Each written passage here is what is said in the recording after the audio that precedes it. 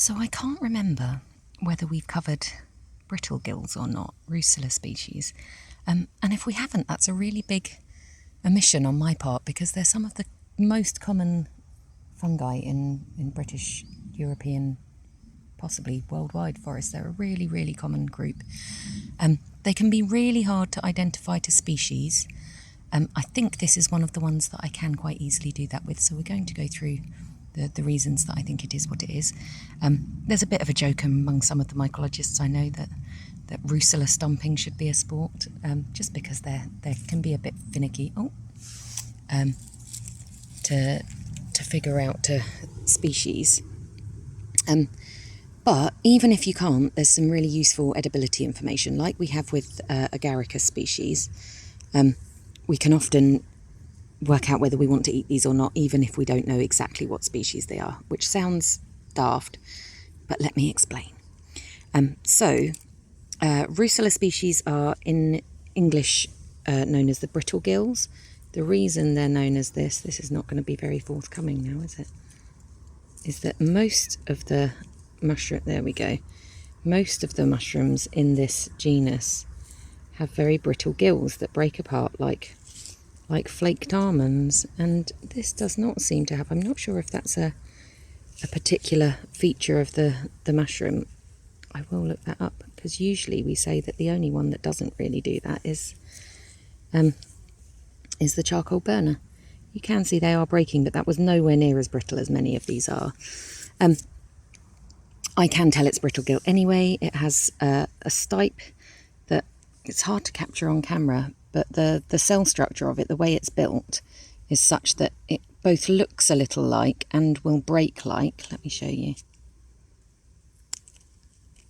like a stick of chalk. There's no fibres, nothing long and kind of stringy and holding on. It just snaps off like a stick of chalk, which is another, if you've got one that is not playing ball with breaking gills, it's another nice feature to look at to help you know that you're in brittle gill territory.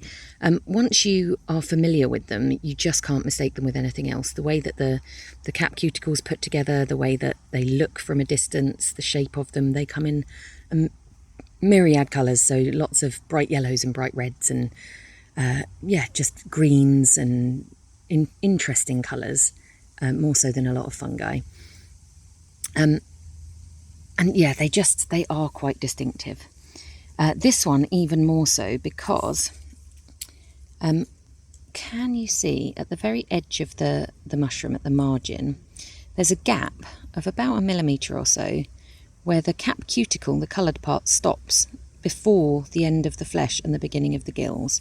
So it leaves this kind of, it's going to be awkward now and not focus for me, leaves this kind of ring all the way around of a little bit of white flesh and gill that we can see without it being covered by the cap cuticle.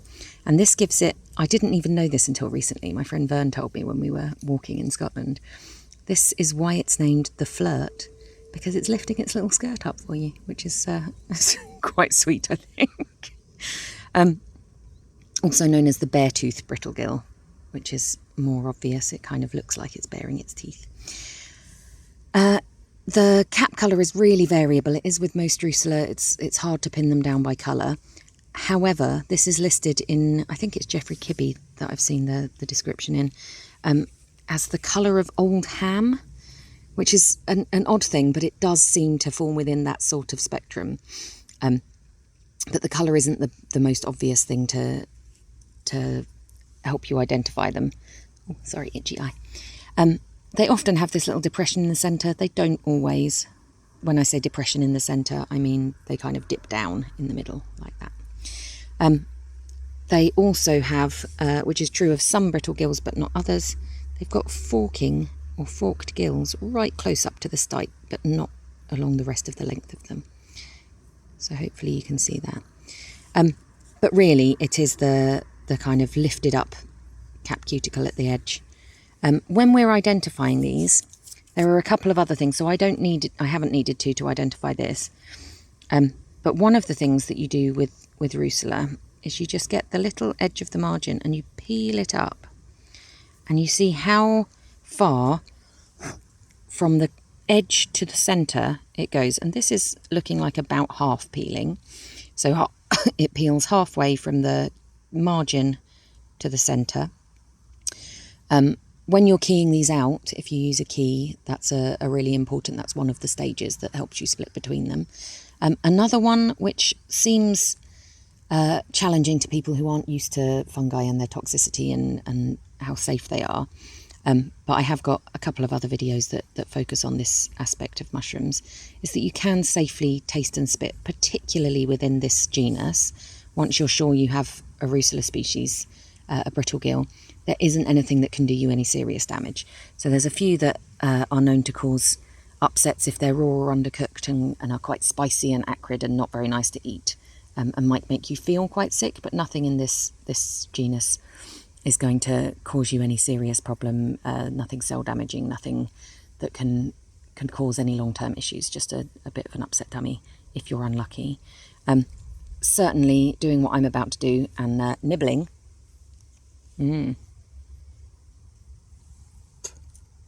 And then spitting out is what we call a nibble and spit or taste and spit test. You can see I've just taken a little bit off the edge.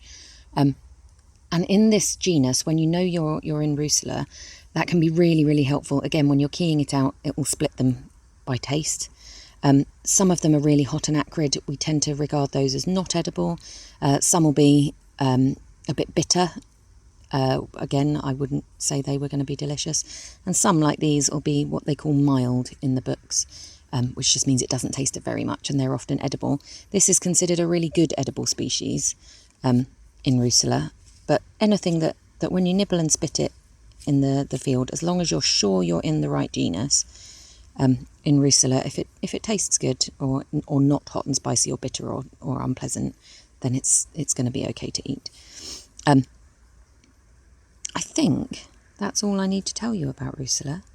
We peel them, we taste them. You can do, if you're wanting to identify them to species, you can carry things like iron salts or guaiac or all sorts of chemicals that you can test and brush, but it really depends what species you're looking at and trying to split and things like that. So it's only really useful if you have an idea of what you're looking at in the first place. Otherwise, probably just for edibility, worth knowing that you can nibble and spit, and that will help you identify this, or identify whether it's likely to be edible or not.